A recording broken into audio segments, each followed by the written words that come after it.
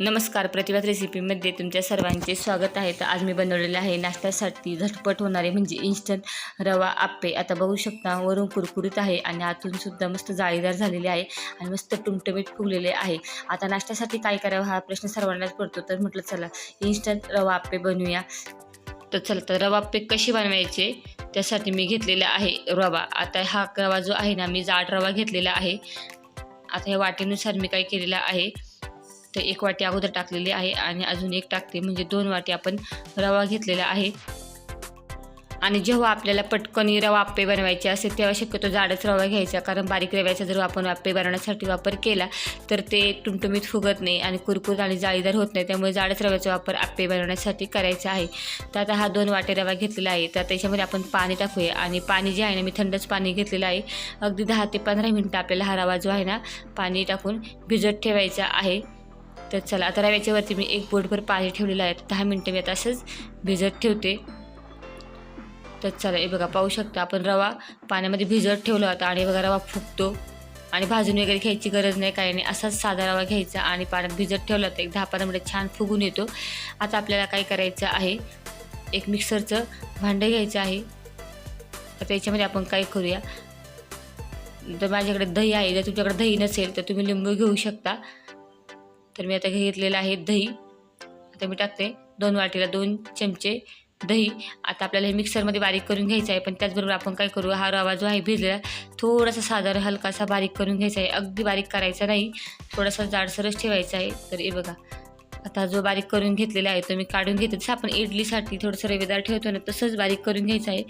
तर तुम्ही म्हणशाल की भिजवायला बारीक करायची गरज काय, पण बारीक केल्यामुळे एकजीव होतं पीठ, त्यामुळे बारीक करूनच घ्यायचं. तर चला, अशा पद्धतीने आता आपण हे ना थोडासा रवा मी बारीक करून घेते. आता आपण इथे दही वापरलेलं आहे. तुमच्याकडे दही नसेल तर तुम्ही लिंबू वापरू शकता, कारण दही किंवा लिंबू वापरल्यामुळे काय होतं, जेव्हा आपण आप्पे बनवतो तेव्हा ते टुमटुमीत फुगतात आणि त्याला छान अशी टेस्ट येते.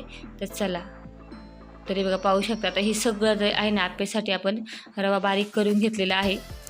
रवा थोडं साधारण बारीक करून घेतला की थोडंसं किंचित सोडा टाकायचा आहे, अगदी जास्त अजिबात टाकायचं नाही. आणि आता टाकूया चवीनुसार मीठ. आणि आता आपल्याला पुन्हा हे मिश्रण एकजीव करून घ्यायचे, म्हणजे व्यवस्थित मिक्स करून घ्यायचं आहे. दही टाकलेलं आहे अगोदर आपण, सोडा आणि मीठ, आणि छान असं फेटून घ्यायचं. आणि पुन्हा आपण काय करणार, हे बॅटर जे आहे एक 10 मिनटं असंच भिजत ठेवूया आता झाकण ठेवून. तर आप्पेचं आता बॅटर तयार आहे. इकडं आपण भाजीसुद्धा कट करून घेतलेली आहे आणि इकडे पाहू शकता 1 लसूण कांडे मी सोलून घेतले आहे, हिरवी मिरची आणि थोडीशी आल्याचे काप घेतले. तर मिक्सरमध्ये काय करायचं, याची बारीक पेस्ट करून घ्यायची आहे. तर चला बघा, बारीक पेस्ट करून घेतलेली आहे. आता आपण जर असं बारीकच चिरून टाकलं ना, तर मुले जेव्हा खातात तेव्हा त्याला तिखट लागतं आणि मग ती खात नाही. पण थोडंसं आलं लसूणची पेस्ट केली ना, आपल्याला छान टेस्ट येते. आता 1 कांदा घेतलेला आहे बारीक चिरून, 1 टोमॅटो बारीक चिरलेला आणि थोडीशी कोथिंबीर घेतलेली आहे.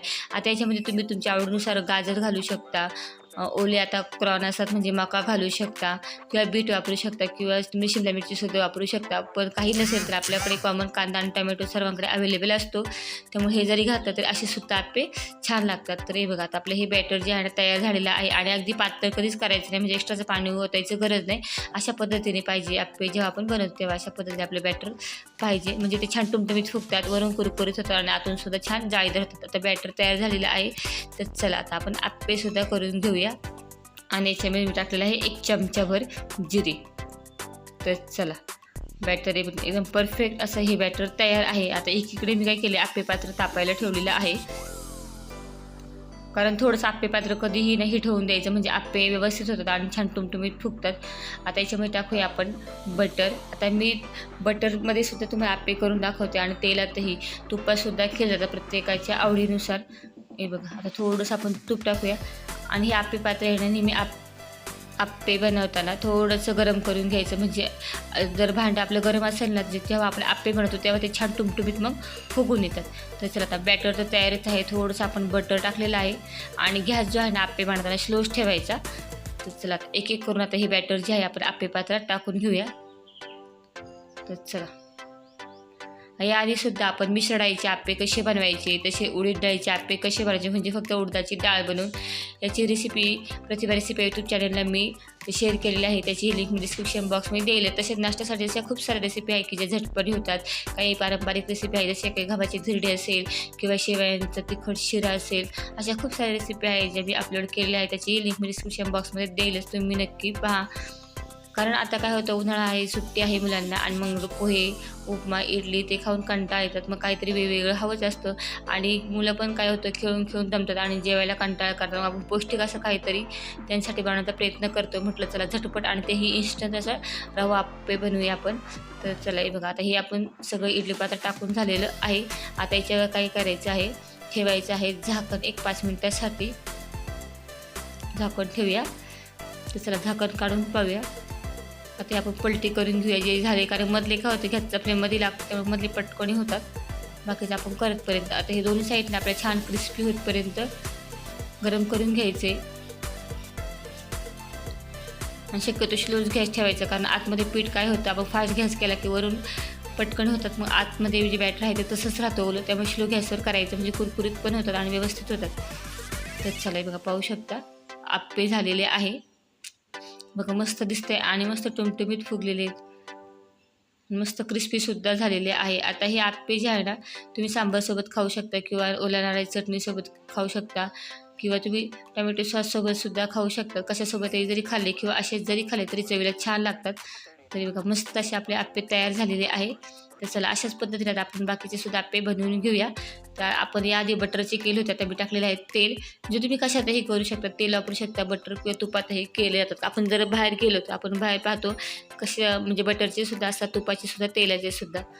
तर तसेच आपण घरीसुद्धा बनवू शकतो. हे बघा, आता एक एक करून आपण टाकून घेऊया आणि हे आप्पे सगळे आपण बनवून घेऊया. टाकून झालेलं आहे, याच्यावर ठेवूया झाकण आणि बघा नाश्त्यासाठी मस्त आपले वरून कुरकुरी टुमटुमीत फुगलेले आप्पे तयार आहे. आणि इकडे मी बनवलेले आप्यासोबत खाण्यासाठी नारळाची चटणी. आता ही ओल्या नारळाची चटणी कशी बनवायची याची लिंक मी डिस्क्रिप्शन बॉक्स देईलच, तुम्ही नक्की पहा. आता तुम्ही ओल्या नारळाच्या चटणीसोबतसुद्धा खाऊ शकता किंवा सांबारसुद्धा बनवू शकता. मस्त असे आपले आप्पे जे आहे ना तयार झालेले आहे, अगदी झटपट होणार आणि इन्स्टंट आपले रवा आप्पे आहे. वरून मस्त टुमटुमीत झालेले आहे ना बघा, आतून हे बघा जाळीदार झालेले आहे आणि खायलासुद्धा मस्त असे चटपटीत आणि पौष्टिक आहे. मेन म्हणजे हे बघा, अगदी तुम्ही ओल्या नारळाच्या चटणीसोबत खाऊ शकता, छान लागतात. तर चला तुम्हाला ही रेसिपी कशी वाटली कमेंट करून नक्की सांगा आणि अशाच नवीन रेसिपी पाहण्यासाठी प्रतिभा रेसिपी या यूट्यूब चॅनलला सबस्क्राईब करा. व्हिडिओ आवडला तर लाईक करा, शेअर करा. धन्यवाद.